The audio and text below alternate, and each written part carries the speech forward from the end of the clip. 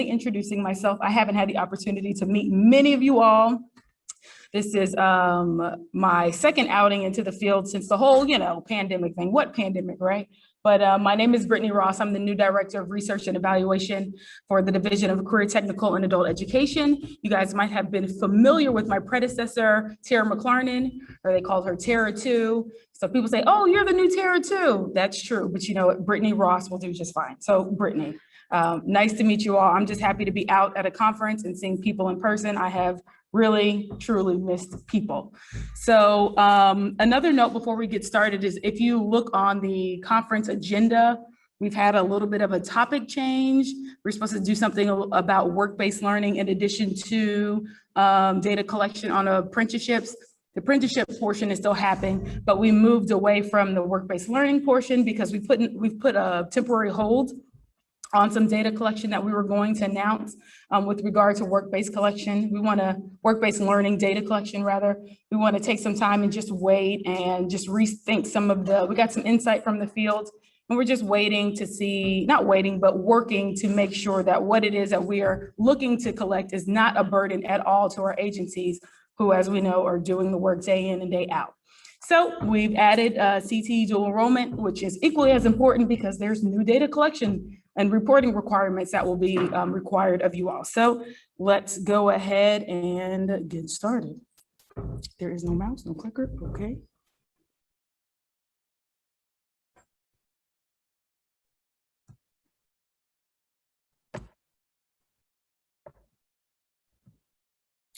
Okay, so first topic is K-12 Apprenticeship Data Collection. Currently, we have very limited visibility into K-12 pre-apprenticeship and apprenticeship activity on the sponsor side. So if you guys are familiar with apprenticeship and pre-apprenticeship programs, they're typically registered programs and they're registered with official programs that we call sponsors, right? And currently we have very limited visibility into the sponsors and therefore things like program quality.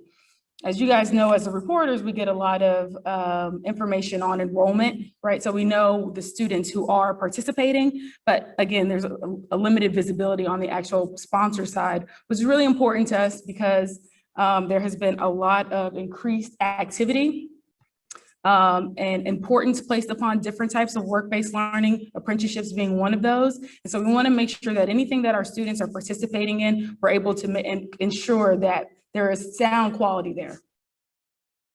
All right, so I promise this thing is not working.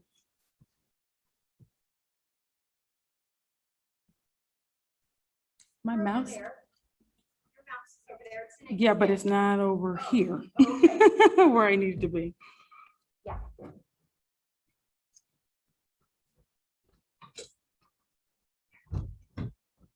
Sorry about that. No problem. So it's over there, so we're just going to pull it back. I promise you this is a technology conference. Oh, there it is. Where'd it go? Right Yay, there. We found my mouse. Thank you so much.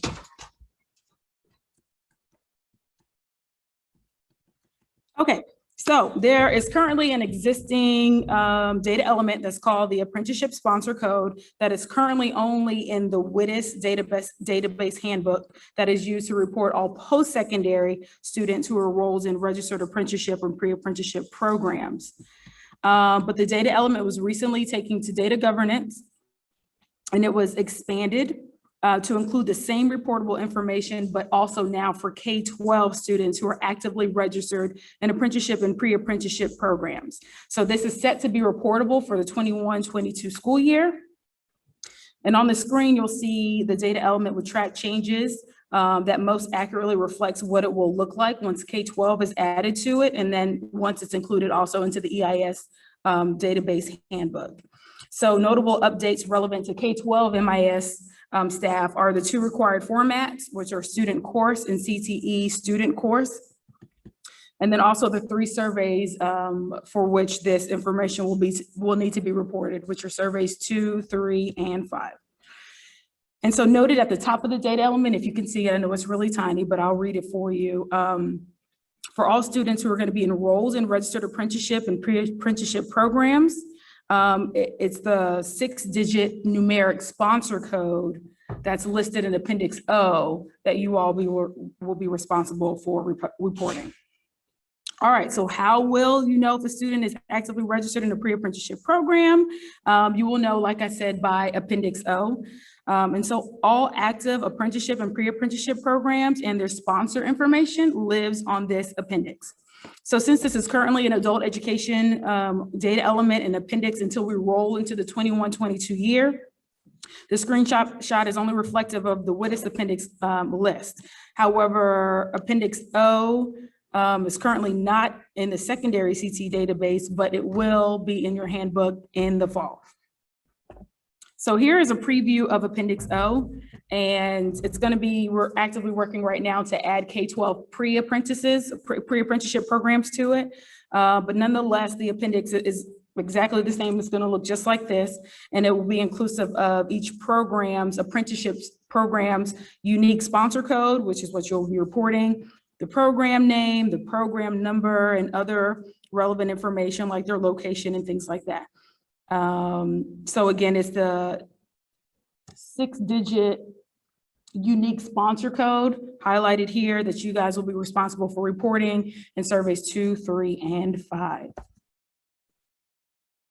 Okay, so there are 2 important things to note.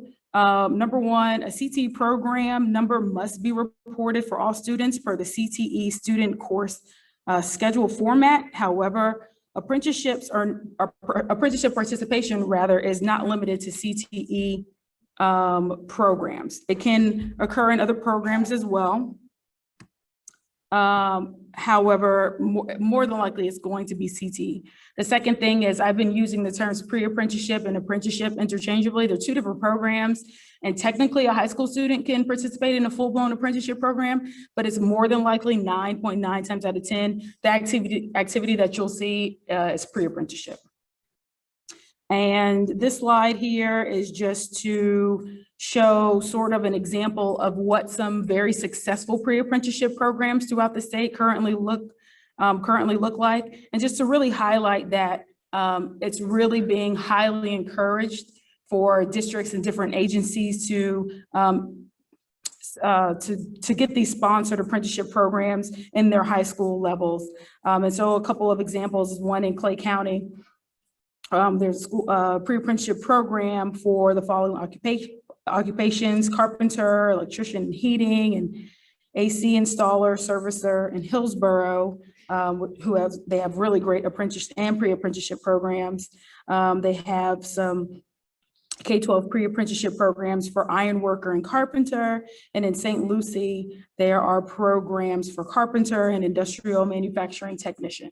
So my conclusion with this particular portion of this presentation is be on the lookout for increased activity in these areas for reasons that I've already named and some others I will say now. So a question that I have for you all that was asked that I posed is, number 1, are there any questions from you all regarding this particular topic during the presentation? But then also, what is it that you all feel would be helpful to get good data into your systems? So for example, from the CT director to you guys, MIS staff, what would be good for you all to know and to have to ensure that there's strong data quality when it comes to the collection of this type of information, given that there's going to be a lot more coming down the pike as it relates to apprenticeship and pre-apprenticeship tracking of students. There's a question in the back. I have a question. We don't have WITIS, we don't have post-secondary. So we do have K-12, we do have CTE programs. So can you give me an example of a course, a K-12 course where this code would supposed to be included? So that will be on the appendix. So I don't have that now. So what I was expressing was that currently WITIS is the only place where this lives. It's being updated so that when we roll over in July to the new academic year, you guys will see this information. It will be inclusive of K-12 pre-apprenticeship programs and the courses that it will be connected to if you had to do reporting. So I don't have that here. It's not up here at the moment. Does that make sense? There's a question here. to give you an example, we had a building trades construction design technology program at secondary level. And so our pre-apprenticeship is tied to that program at the secondary level. So our course code, I don't know what the curriculum framework on it. It does start with an A. So I'm not exactly sure what this is gonna look like because we haven't seen it yet. But for construction, let's see, it would be an 8722010 is what I'm anticipating. Yeah, probably. We're literally updating this right now to include all the programs. It's actually getting quite lengthy, me doing it. But we're expanding it not only to look like it has looked like in the past, but then also to additionally include all of the different programs and program numbers that fall under the occupations so that you can easily look in this appendix to see exactly what you're asking in the back, what actual program number that it'll be associated with, a course number rather that it will be associated with. So that's what it will look like once it is rolled over in the next, I mean, July is literally around the corner, in the next couple of weeks or so. Okay. Any additional questions before I move on to our next hot topic of career dual enrollment? Okay. So this is going to be about a new rule that was developed and passed and is now officially in statute 6A 6.057 clock hour dual enrollment for school and district accountability. So career dual enrollment has been seeing a lot of interest and therefore activity.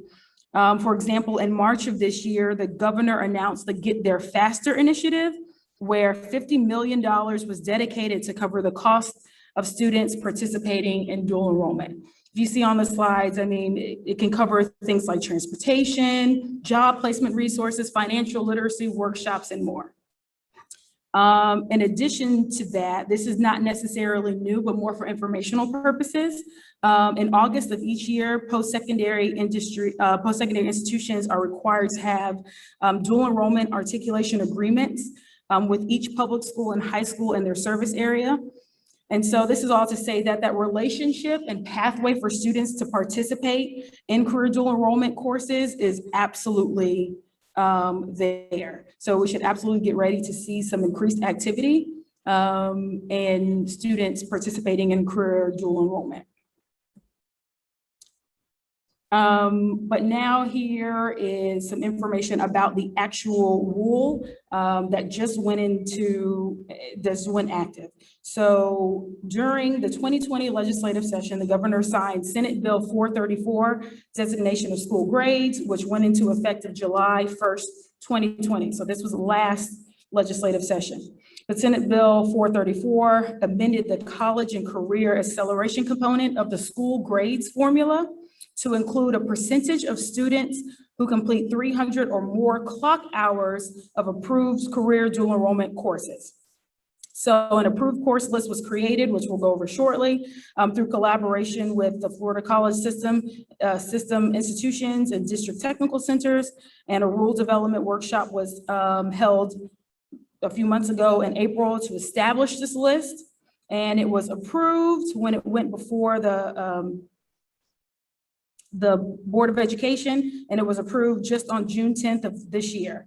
And so the rule will officially become active July 14th and be retroactively applied to the 2020-21 academic year. So what does that mean?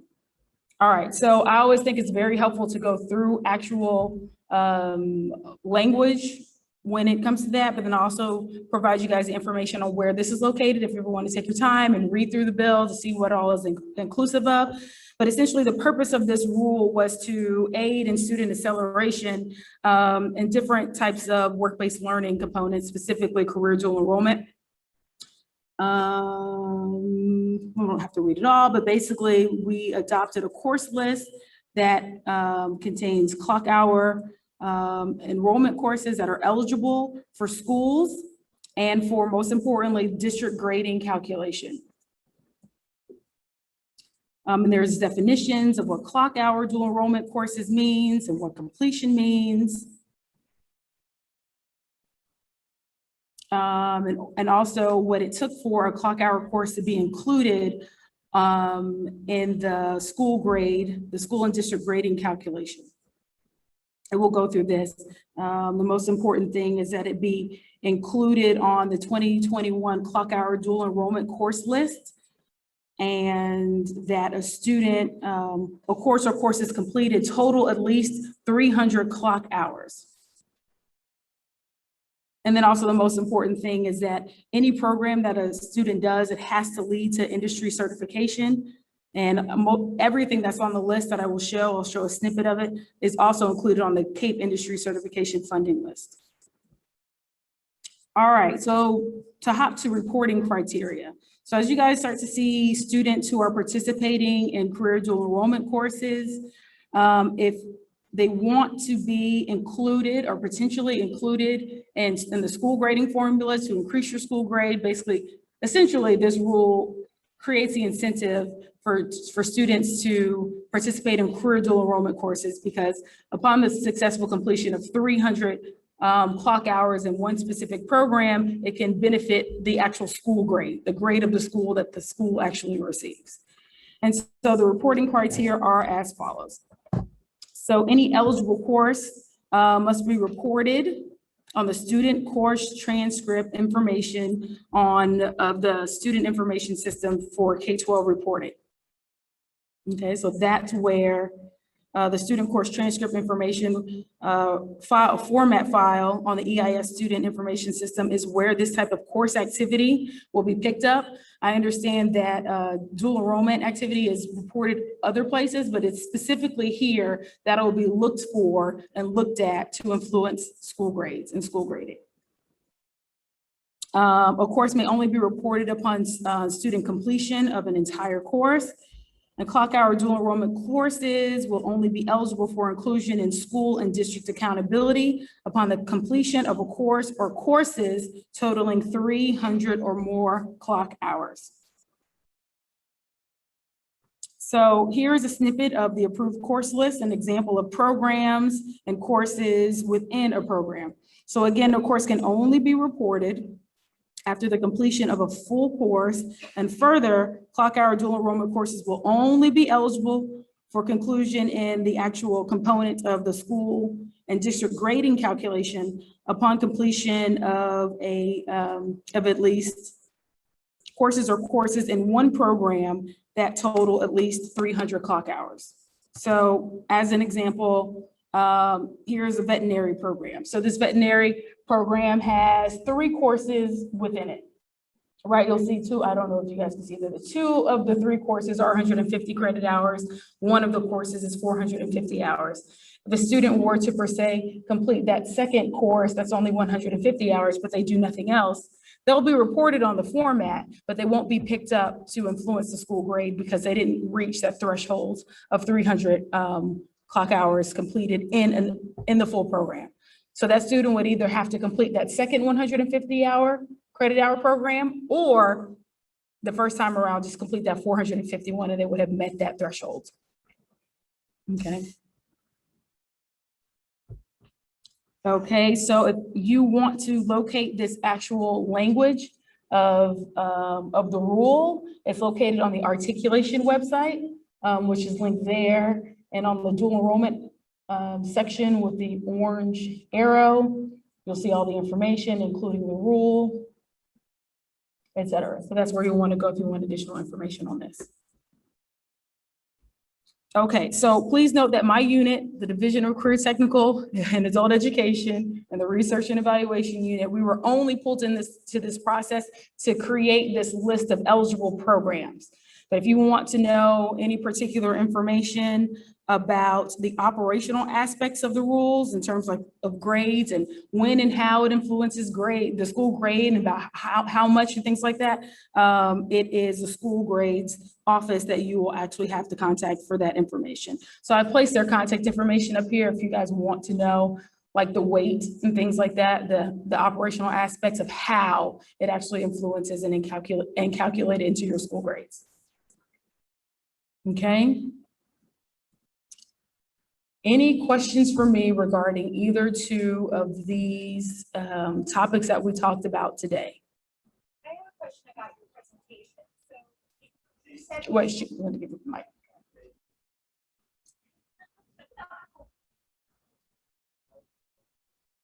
The question I have about your presentation, so when you opened, you said that your content had slightly changed from the original items you were going to present. So do we have your most recent presentation you shared here, or has that changed? No, this is it. Okay, so what's on our Appendix application? Yes, Okay, yes, awesome. yes, yes. That's all I want. Yeah, okay. But I guess the one thing I really just want you all to take away is that we have a governor who's really committed to increasing all forms of work-based learning for students. And this legislative session alone was very, very active in policy, and even the monies that were dedicated to it, I mean, over and over again, to ensure that students can participate in these types of programs, whether it's dual enrollment, apprenticeship and pre-apprenticeship programs. So we will definitely see an increase in this type of activity amongst our students. There's a question in the back. Question in the accountability section. I was told to ask you, do you know how often the lists will be updated? Will it be reviewed annually?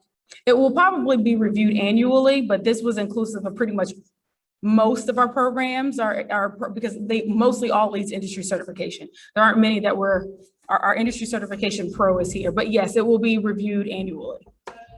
On there that leads to industry that's not on there that leads to industry certification. Can we follow up with the reasons for why it's not on there? Sure, I always ask questions and then I can forward it on to see if there is something. But that list is also online via the articulation list. Did you see something did you notice what the course you're talking about is not on there? Okay, yeah, please feel free to email me and I'll get it to the proper person to figure out why. Okay, thanks. You're welcome.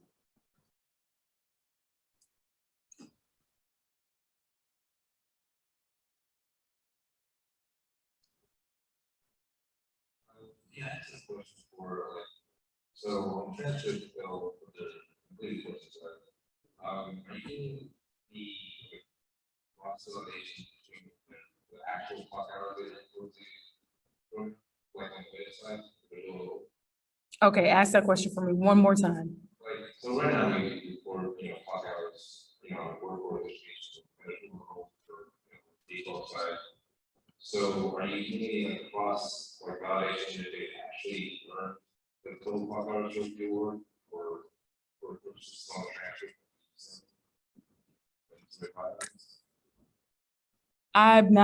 I'm not sure of how to answer that question. I know for this particular rule, it could only be reported upon completion. So there wouldn't be a time where we would have to cross-validate a student to see if they started and they also completed it.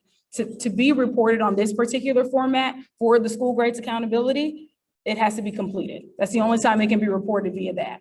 Okay. And also, like I know the CC course and teach course pass assessment, right? 2, 3, and 5? Yeah, right now it's 5. Okay. So I guess when that's gonna be Oh, July.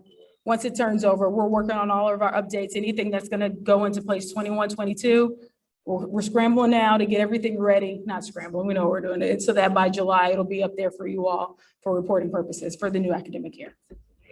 Okay, you're welcome.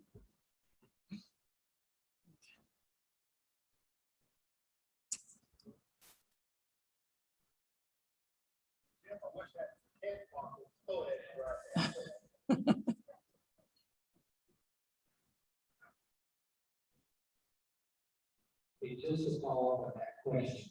So when we put it on the transcript, we didn't have to do $300. Yes, but only if they completed the course within it. Yep. Yes. It's on there, but Yes, you would put it on there. That's the one place they're going to look specifically for this, because I'm understanding there's other formats where you will also report the same activity. So any other nuances will be checked other places, but specifically for school grade accountability, all of that has to happen in this particular format. But to answer your question, yes, even if they complete just one 150, yeah, because who's to say that the next year that they don't, or the following year? So it keeps a wide window to ensure that a student has time to complete up to 300 within that same program. Thank you. You're welcome.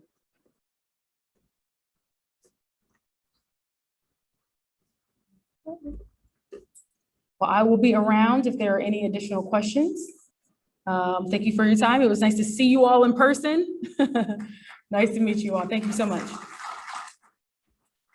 Oh, and here's our contact information if there are any questions that you might have in the future.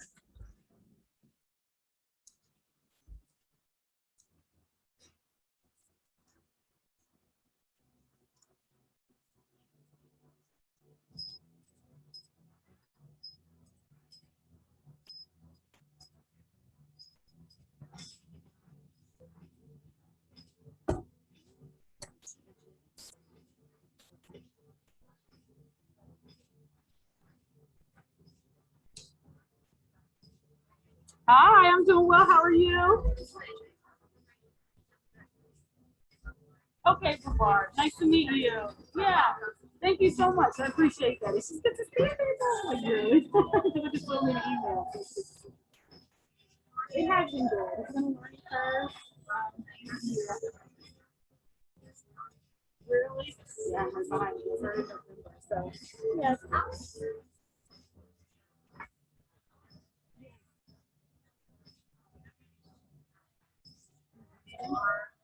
Oh, cool.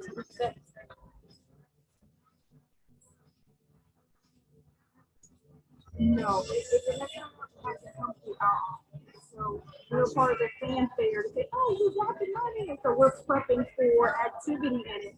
But in terms of the dispersion of money, no, you're right. But I will.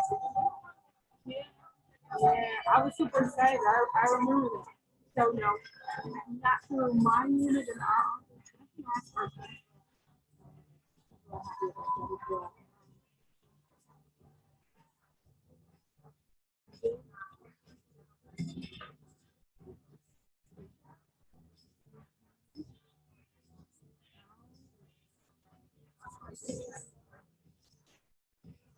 I'm glad you have that position. He had the whole split. You had the feedback and the strong call for now. So I'm glad that you have that person. It did work. It was a lot. Exactly. So, but you guys are definitely many steps ahead just to have a person. Well, I'll find out about that and I'll let you know. All right. Nice to meet you too.